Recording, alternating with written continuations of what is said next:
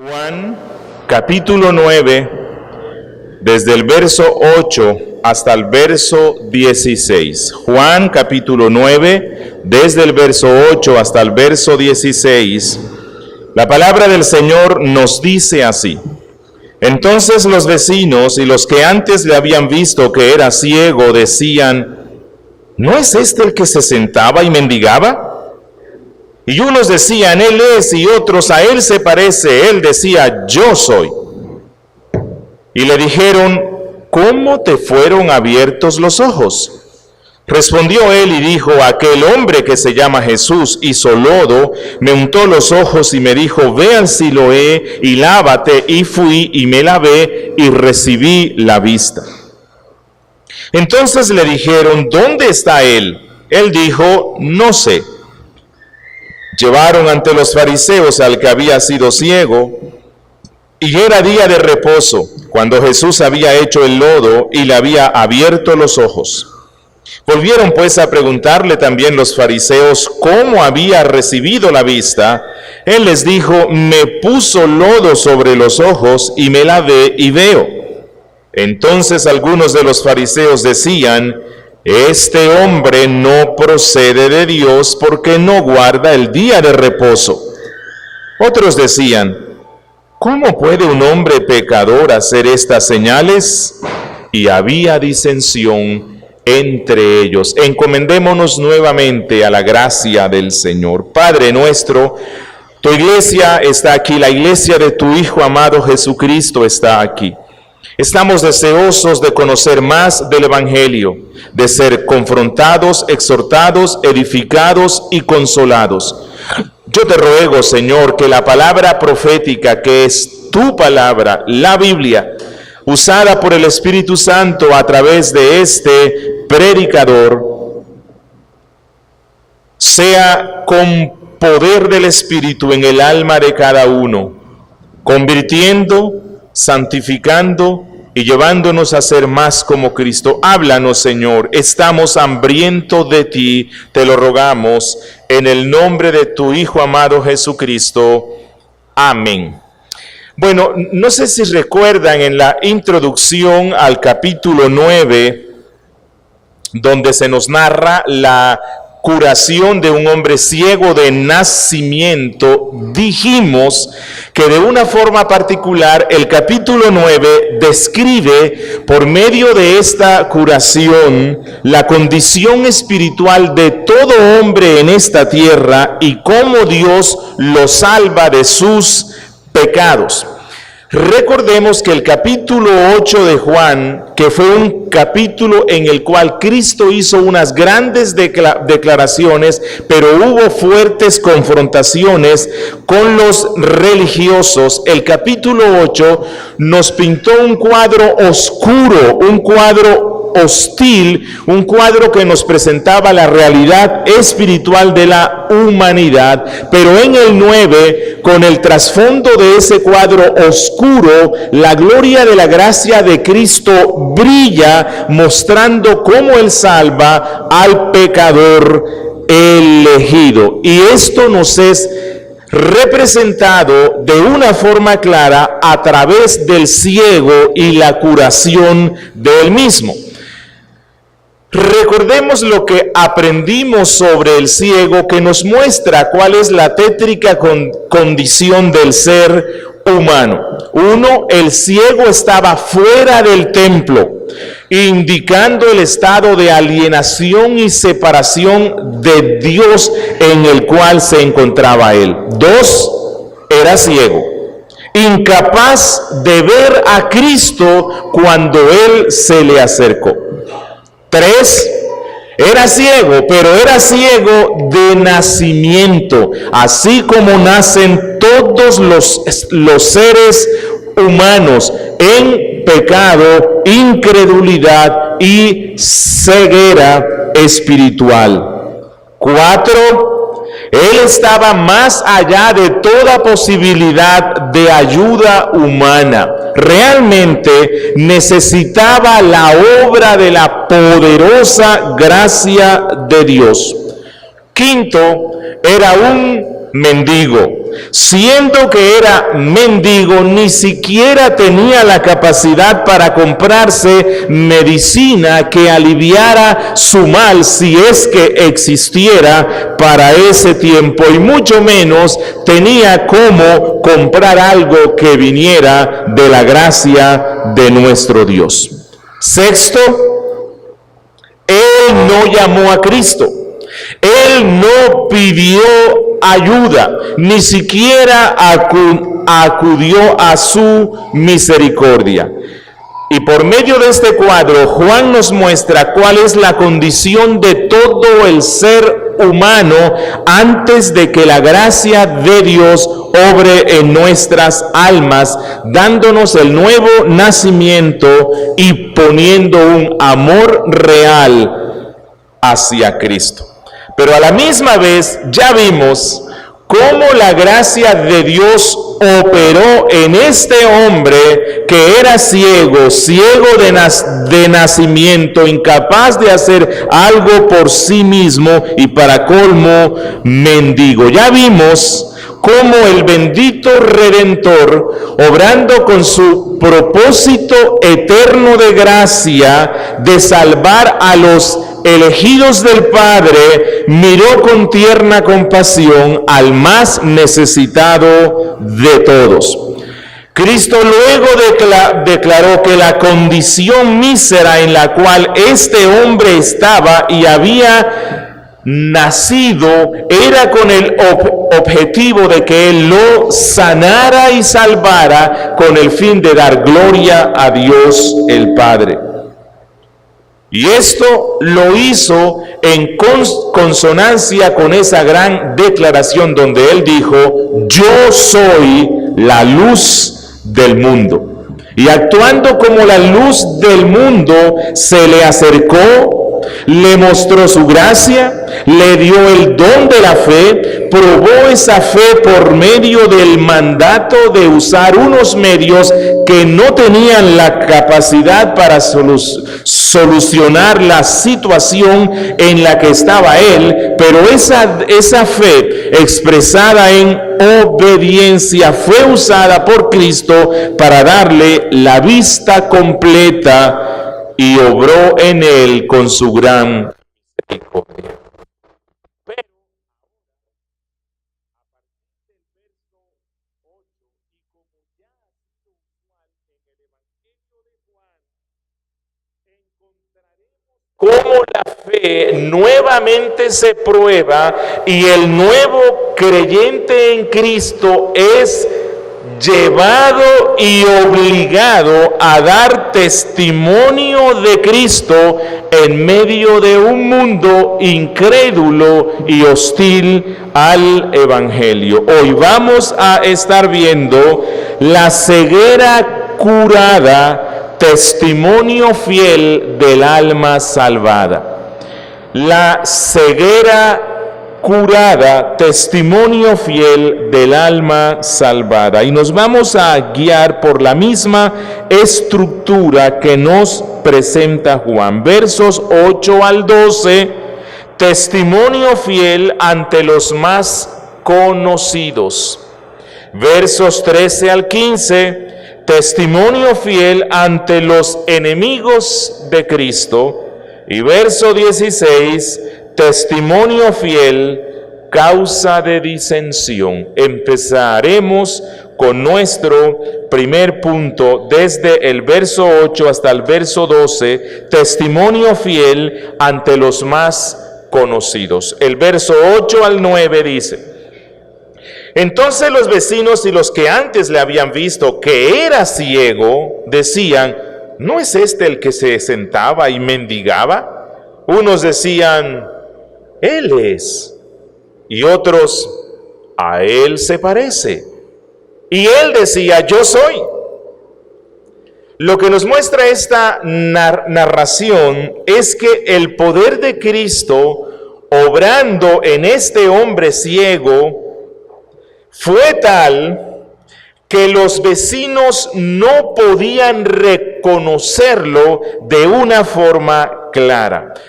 lo que nos muestra que la curación, el milagro que efectuó Cristo, había traído un mundo nuevo delante de este hombre, y este mundo nuevo en el cual él podía contemplar por primera vez la luz del sol, la belleza de las flores y en especial a las personas, produjo una transformación en su semblante. Ahora no solamente conocía la voz de sus vecinos, sino que podía ver sus rostros, sus sonrisas, sus miradas. Ya no era más el pobre invidente y mendigo, sino que ahora podía sostenerse a sí mismo y posiblemente a sus padres. Y quiero que observen la forma dinámica por medio de la cual Juan presenta la variedad de opiniones confusas que los vecinos tenían sobre él. Ellos decían, ¿no es este el ciego? Y unos decían, él es, otros, a él se parece. Y él tenía que decir, yo soy, no cuestionen tanto. El milagro de Cristo sobre este hombre produjo una confusión seria en la gente. ¿Por qué? Porque les era difícil creer que alguien nacido ciego pudiese recibir la vista, y más que esta vista se la haya dado Jesús. Por esa razón preferían negar que el hombre, ahora con plena visión, haya sido ciego, o que haya sido el hombre que ellos conocían antes que era ciego. O más bien deseaban pensar que posiblemente era un primo, alguien parecido, pero que no era él. Y esto nos muestra que con mucha dificultad al ser humano le cuesta aceptar las obras maravillosas de la gracia de Dios. Más cuando se trata la transformación plena y radical de alguien que había estado marcado por una vida de oscuridad. Cuando pensamos en una persona disoluta, inmoral, un asesino, mentiroso, borracho, ladrón, y vemos cómo la gracia de Dios lo transforma, esto parece algo increíble para el ser sin Cristo. Incluso dentro del pueblo de Cristo no nos es fácil aceptar estas cosas que Dios hace, como pasó con Saulo. Saulo, luego de la conversión, cuando iba a predicar a las congregaciones, prácticamente se le cerraban las puertas, porque el razonamiento era: ¿cómo es posible que un hombre que era tan malo, que perseguía a la iglesia de Cristo, ahora sea un hombre en el cual pueda confiar uno y que haya sido transformado por él? Cuando vemos a un hombre eminentemente malvado, transformado por el poder del Evangelio, tendemos a pensar de que no es la misma persona, pero el poder de Dios se glorifica confundiendo a los hombres que piensan cuán imposible es que Cristo transforme radicalmente a alguien que haya sido tan, pero tan malo. Alguien dijo: cuando en el alma se ha forjado una verdadera obra de gracia, es imposible ocultarla a nuestros vecinos y conocidos. Y esto es lo que pasó con este hombre que era ciego.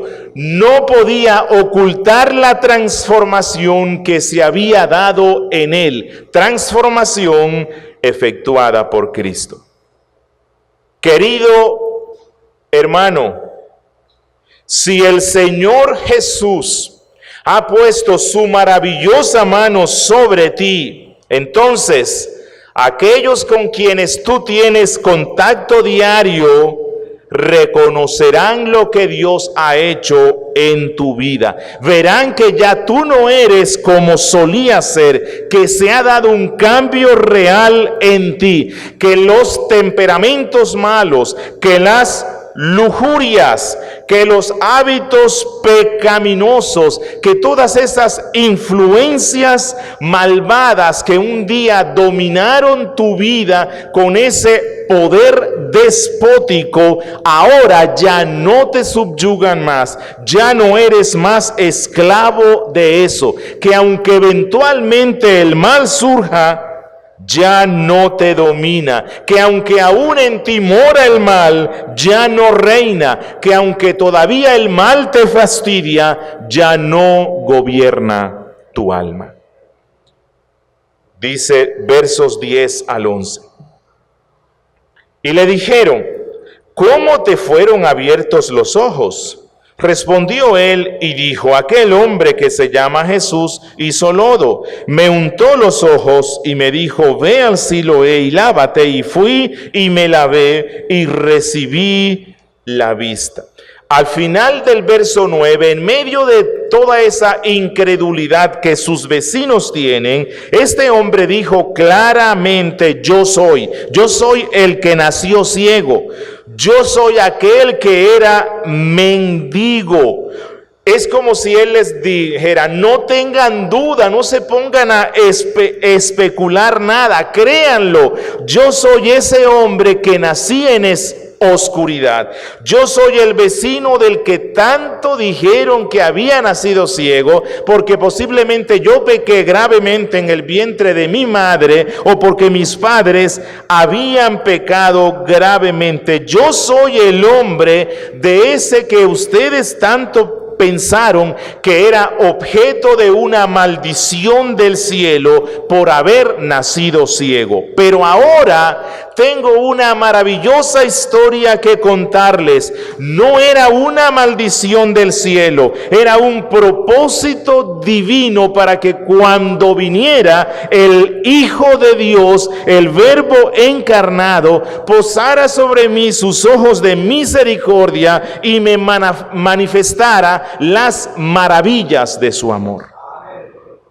Así que él, este hombre que es interrogado por los conocidos, cuenta de forma breve cómo fue que él recibió la vista. Y es interesante ver que ya su fe y conocimiento del evangelio estaba creciendo, porque él da el nombre de quién fue el que le sanó, y él dice que fue Jesús. Posiblemente conocía poco sobre él. Él dice, aquel hombre que se llama Jesús. Pero el milagro de la gracia, cuando empieza en el alma del pecador, no se queda allí. Jesús vendría nuevamente a este hombre para llevarlo a que recupere plenamente la visión espiritual, de tal forma que no crea en Cristo solamente como el sanador del cuerpo,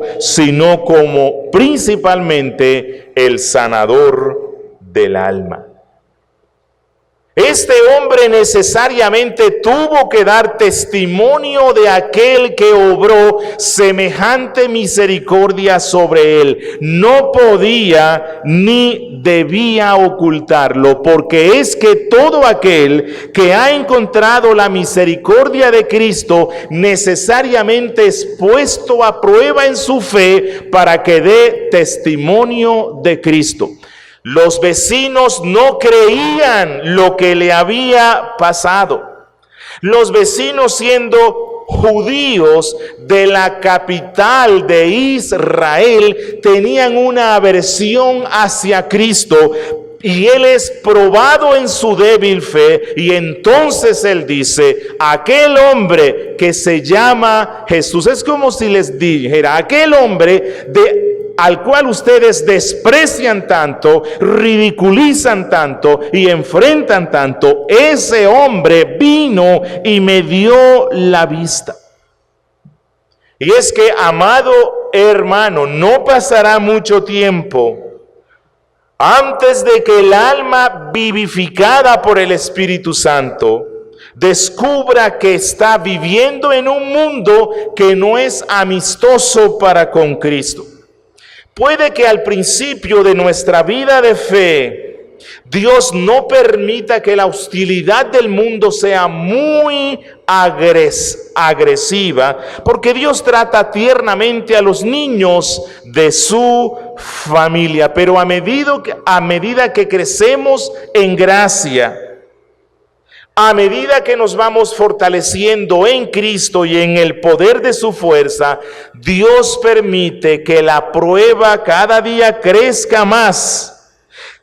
Aunque Él nos blinda para que el diablo y el mundo acabe completamente con nosotros, Dios no nos blinda de los ataques del mundo incrédulo. Y esto es lo que pasa aquí con este hombre. Verso 12. Entonces le dijeron, ¿dónde está él? Él dijo, no sé.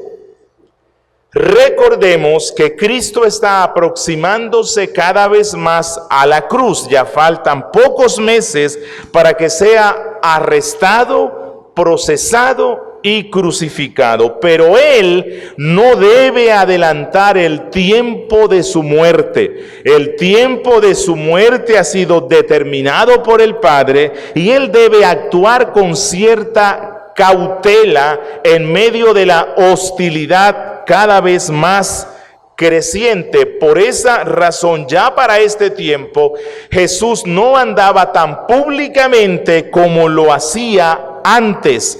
Por esa razón, el hombre sanado por Cristo dice, no sé dónde está. Pero quiero que observemos algo aquí.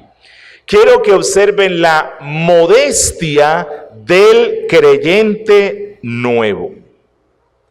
Este hombre pudo haber presumido de conocer bien quién es Cristo, de ser uno de sus amigos más íntimos. Al fin y al cabo, Jesús era aceptado como un gran profeta y alguien que tiene la capacidad de curar a un hombre ciego de nacimiento tiene que ser necesariamente un hombre muy grande y alardear un poco de ser uno de sus conocidos puede que nos dé cierto prestigio. Pero este hombre no actuó así, como hace siempre el nuevo convertido. Es una persona prudente, modesta y humilde. Reconoce la ignorancia que hay en él. Este hombre actuó conforme a la luz que tenía. Él no fingió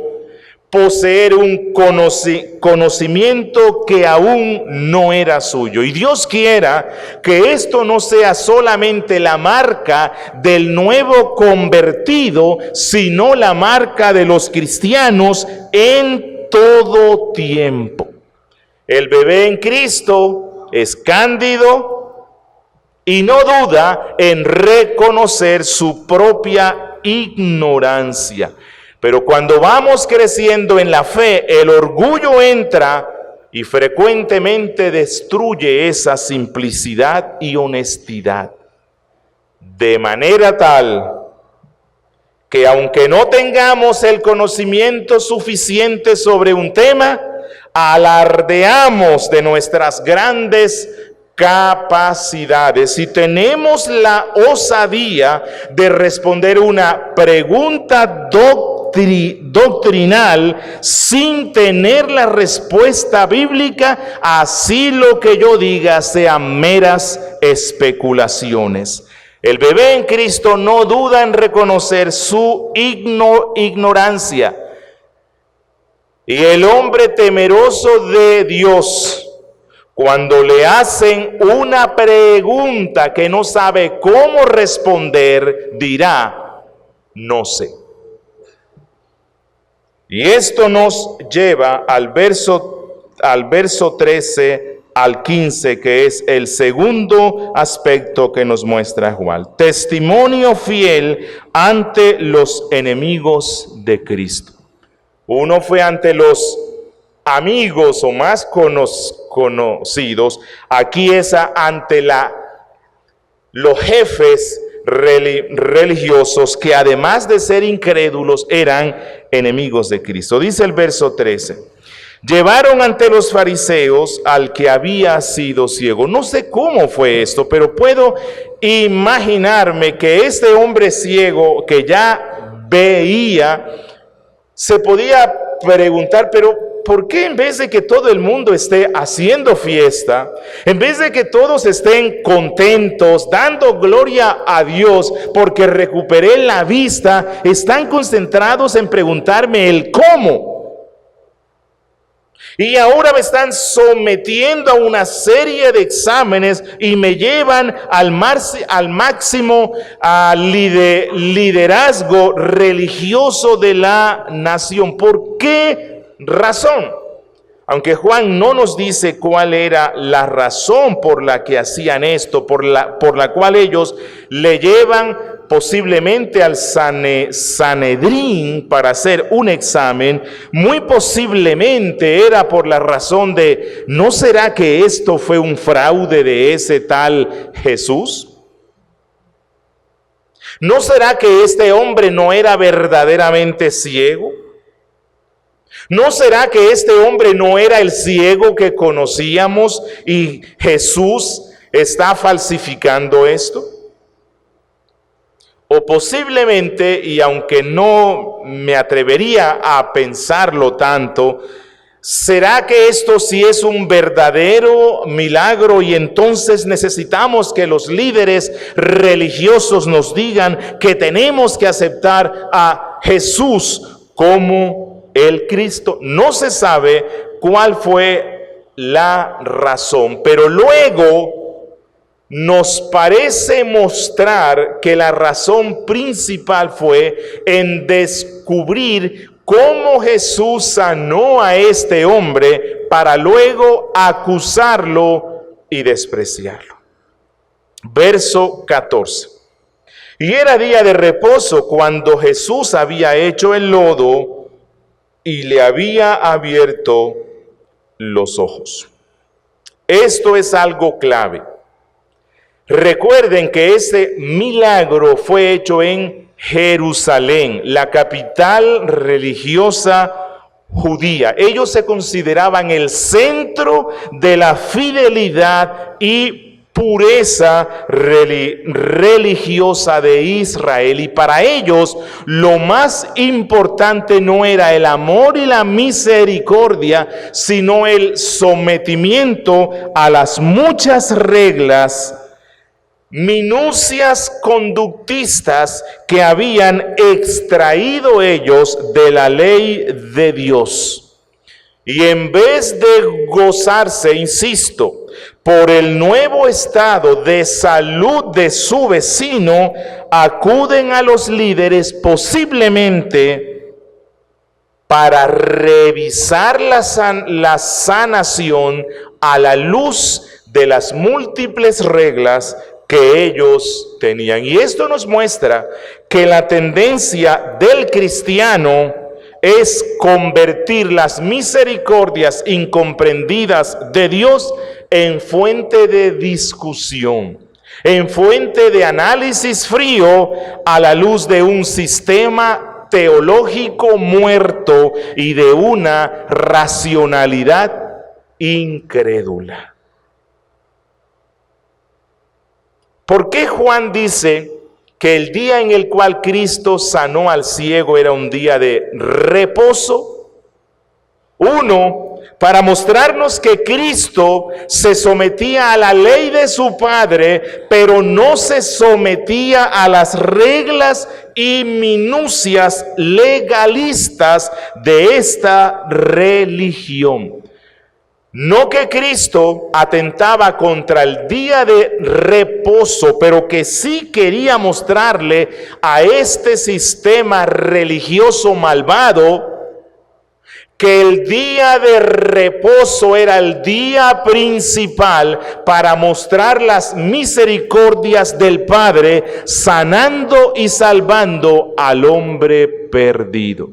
Y si ustedes leen el Evangelio de Juan, van a encontrar una y otra vez que pareciera que Cristo a propósito sanaba en el día de reposo, pero lo hacía para enseñarle a esta gente que se encargaban de censurar a Cristo por hacer misericordia en ese día.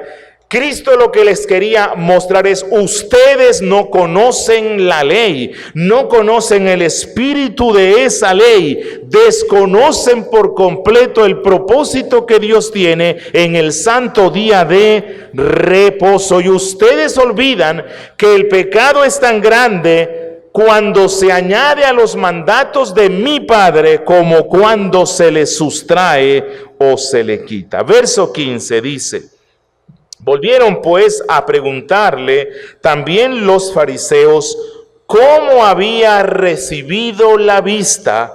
Él les dijo: me puso lodo sobre los ojos y me lavé y veo.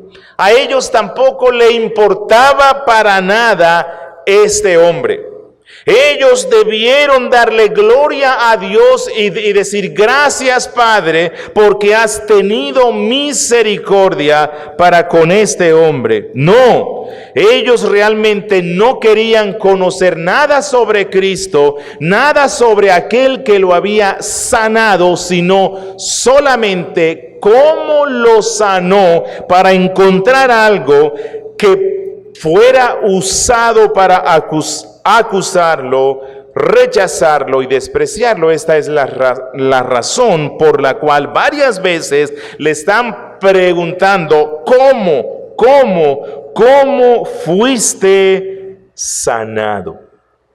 Para ver qué detalle, qué minucia, qué error encontraron en el procedimiento y usar esa minucia con el fin de despreciar.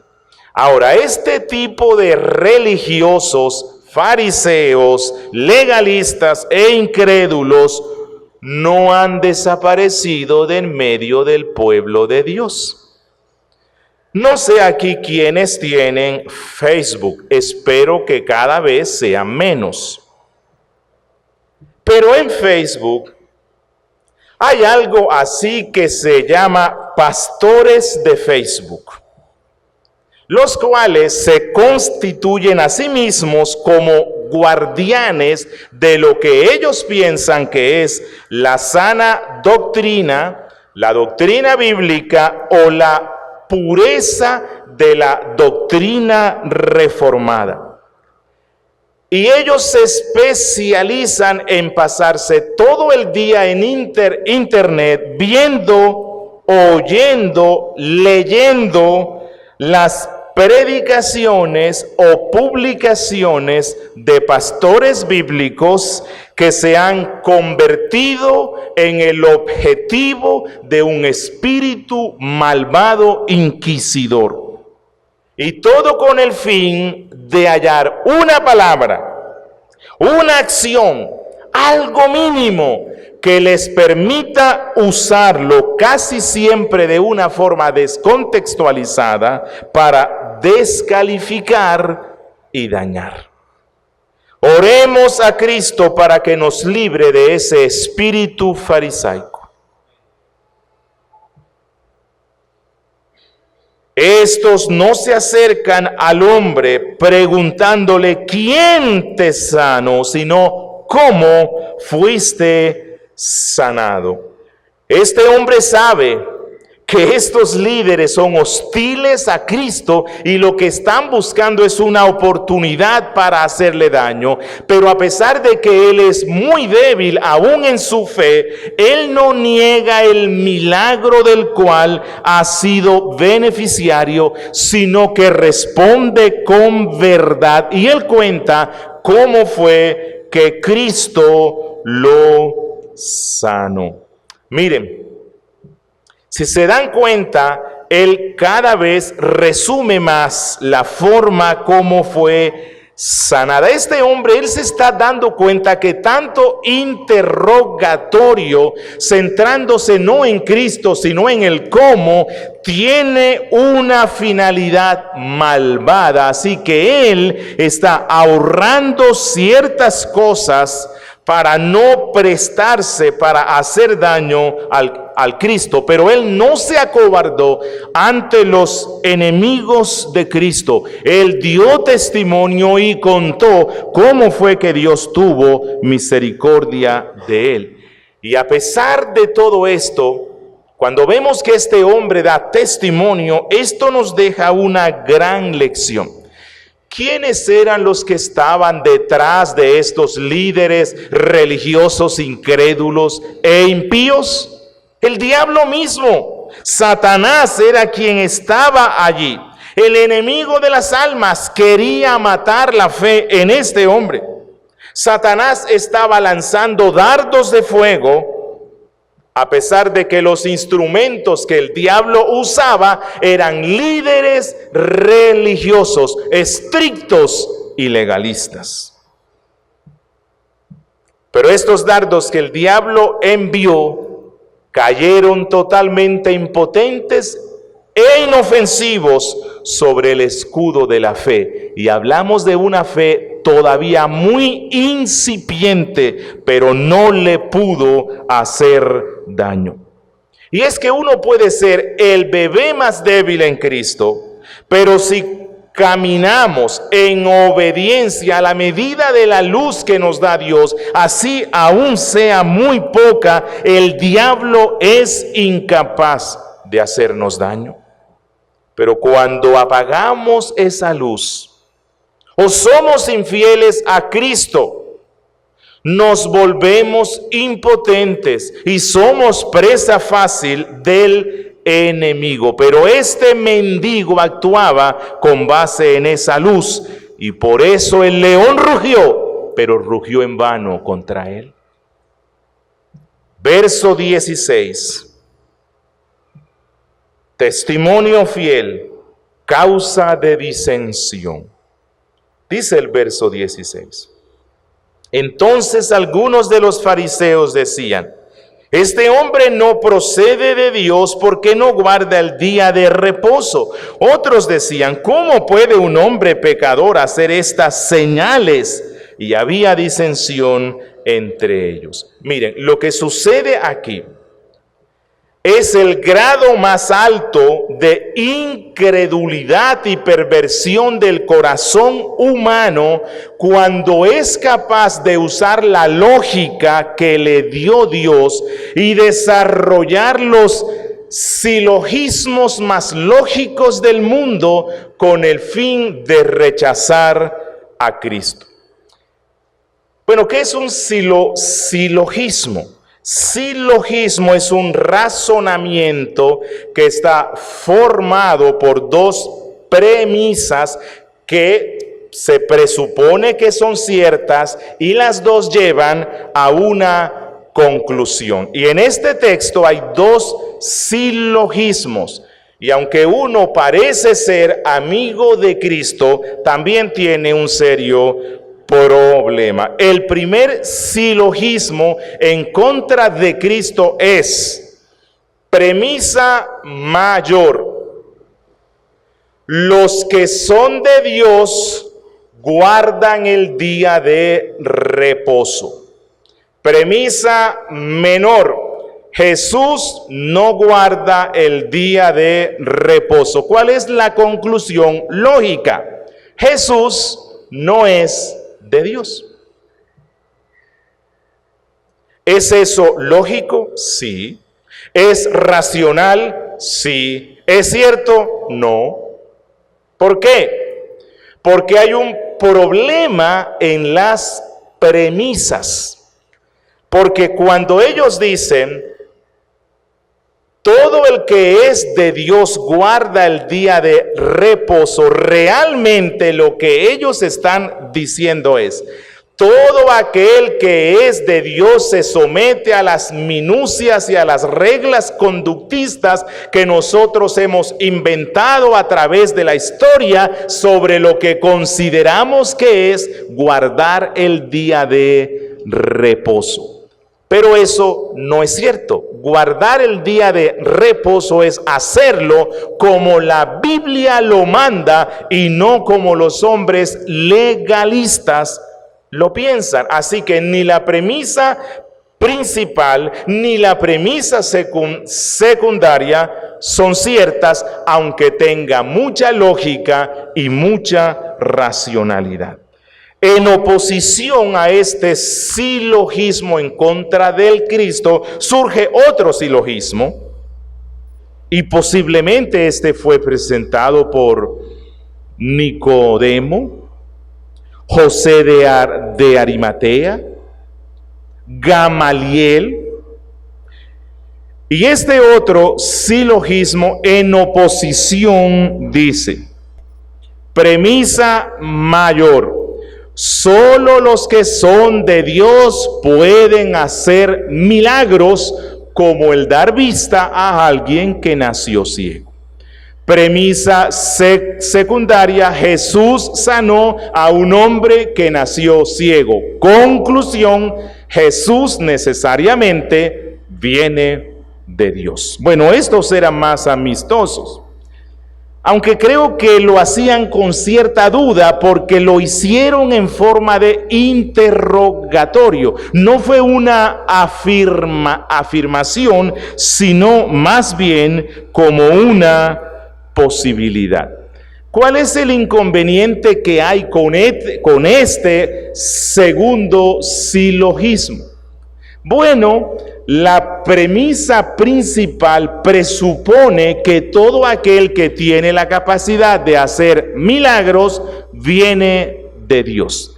Pero ¿qué es lo que dice Cristo en Mateo 7:22? Él dice: muchos me dirán en aquel día, Señor, Señor, ¿no profetizamos en tu nombre, y en tu nombre echamos fuera demonios, y en tu nombre hicimos muchos milagros?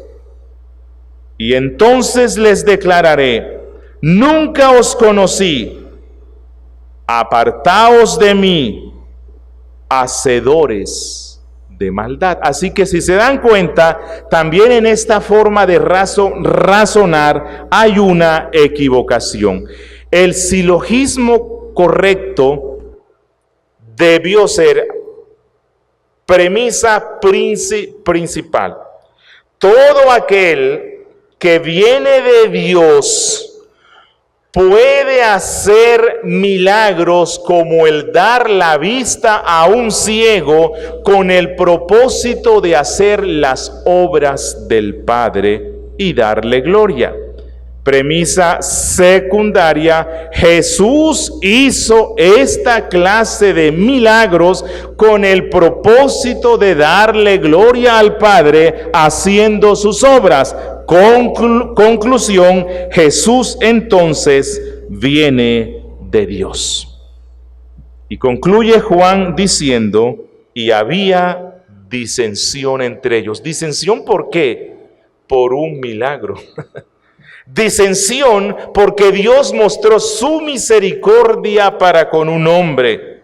Y esto es evidencia certera de la incredulidad del hombre. Usaron eso en mentes terrenas y frías, la cúpula religiosa, con el fin de irse en contra del Cristo que estaba mostrando su gloria en medio del pueblo para salvar a los elegidos de Dios. Ellos tenían pruebas de los milagros de Cristo, pero se resistían a aceptarlo como el Mesías, y simplemente porque él no se sometía a las reglas de ellos.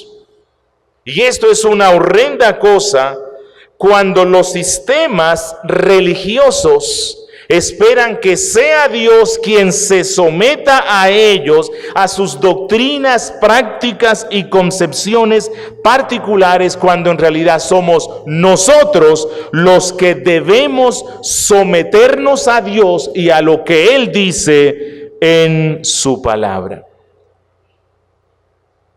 Bueno, por lo menos estos hombres, que no se nos dice quiénes fueron, con este silogismo opuesto a ese silogismo de incredulidad, evitan que arresten a Cristo en ese tiempo, lo cual nos muestra que aunque seamos minoría, nuestra oposición a la mentira y al error deben dejarse oír, porque podemos ser instrumentos para detener, aunque sea por un tiempo, el avance de muchos males dentro de la iglesia o dentro de la sociedad misma. Y esta disensión que hubo nos muestra que no necesariamente toda división es mala, o que no necesariamente toda concordia y unión sea buena. Deseo terminar con unas breves aplicaciones. Y voy a hacer una que, aunque no es el tema principal, creo que es bueno dar una nota de equilibrio. Y es esta: hermanos, no debemos atribuir un significado equivocado a la conducta de Cristo. No debemos pensar ni por un instante que el día de reposo no sea algo vinculante para el cristiano, y no debemos pensar que el cuarto mandamiento de la ley de Dios, que nos dice acuérdate del día de reposo para santificarlo, ya no tenga nada que ver con nosotros. Esa es una gran equivocación del mundo evangélico de nuestro tiempo, y es fuente de grandes males y pecados que la iglesia tiene hoy. Ninguno de los 10 mandamientos de la ley de nuestro Dios ha sido revocado. Están vigentes hoy, incluyendo el cuarto mandato. Cristo no quiso jamás que el día de reposo, que es un día que dio su Padre, se convirtiera en un día de ocio o en un día de trabajo, o para dedicarlo a hacer viajes o a holgazanear. Cristo, así como su Padre, quería que el día de reposo fuera santificado, y de manera especial que se use para obras de misericordia, ministrar a los enfermos, hacer el bien a los que sufren. Otra cosa muy distinta, que es lo que el mundo evangélico de nuestro tiempo hace, es usar ese día para hacer visitas sociales, preparar banquetes en este día, dedicarlo al placer. Independientemente de lo que digan los hombres y de lo que diga la iglesia evangélica de nuestro siglo, la forma en que usemos el día de reposo es una evidencia clara del estado de nuestras almas y del estado de nuestra doctrina. A través de cómo se guarda el día de reposo, podemos saber si estamos preparados para el cielo. A través del día de reposo, de cómo se guarda o no, quedan al descubierto los secretos de muchos hombres. Un puritano dijo: hay demasiadas personas de las que podemos decir con tristeza, pero verdad, no son hombres de Dios porque no guardan el día de reposo. Pero no solamente en esta aplicación y conclusión, quiero mostrar lo que no debemos hacer en este día, sino que de una forma positiva, Juan nos recuerda una y otra vez en el Evangelio que a Jesús le placía hacer de manera especial sus grandes milagros y obras de misericordia en el santo día de reposo. Es más fácil enfocarnos en conocer lo que no se debe hacer en este día que en conocer lo que se debe hacer. Y esto muestra el espíritu farisaico que aún no ha desaparecido de nuestras congregaciones. Así que una lección que debemos llevarnos a nuestra casa es que los cristianos somos llamados por el ejemplo de Cristo a usar el santo día de reposo para la adoración colectiva, pero también y especialmente para practicar la misericordia, la benevolencia y el socorro a los más necesitados. No es un día de quietud, es un día de actividad santa en favor del reino de Dios y de los más desvalidos. Apreciado hermano, al hombre objeto de la misericordia de Cristo le preguntaron: ¿cómo fuiste sanado? Asimismo, a ti muchos te van a preguntar: ¿qué ha pasado con tu vida? ¿Cómo fue que se dio este cambio? ¿Qué hiciste para tener un cambio tan radical? Dame la fórmula o los pasos, porque yo lo quiero hacer. Ellos nunca van a preguntar quién te cambió, sino cómo fuiste cambiado. Pero independientemente de lo que estén o de la fórmula de la interrogación, lo que aprendemos en el Evangelio de Juan es que estas son oportunidades para dar testimonio de Cristo. No para centrarnos en nosotros,